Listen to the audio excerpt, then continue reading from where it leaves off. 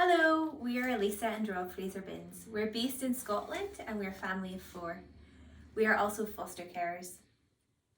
During our reading of Nehemiah 10 and thinking particularly how this applies to family life, one of the main things that we were drawn to was the way in which Ezra and Nehemiah call God's people to live their everyday lives, both in the seen and the unseen, in a way that honours God.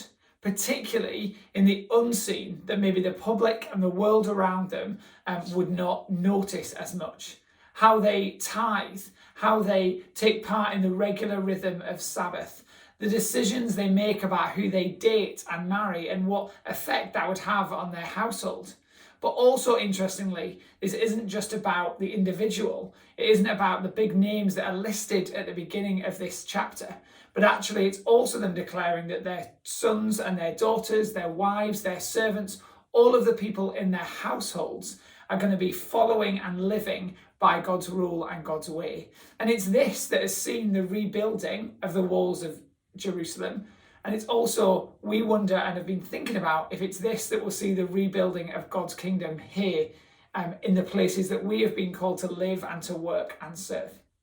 And as we thought of that, and how we apply that to our lives, I often thought about how family is a place where we come in and close the door, we let our guard down, we are very much ourselves. And sometimes that means that our families see the worst parts of us.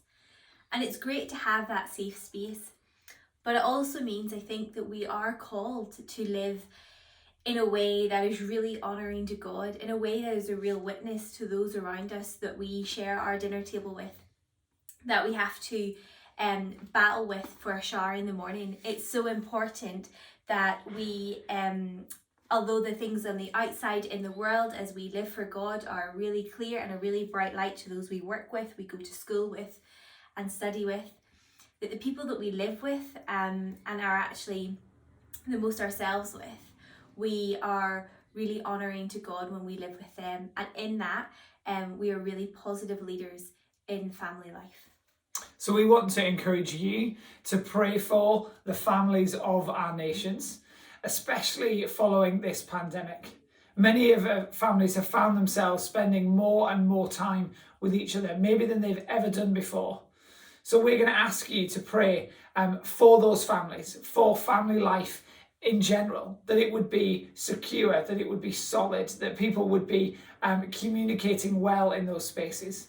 And also for our young people and our young adults as they live in those families. We pray that they would be leaders in those places, as well as the schools and the communities and the friendship groups that they found themselves in.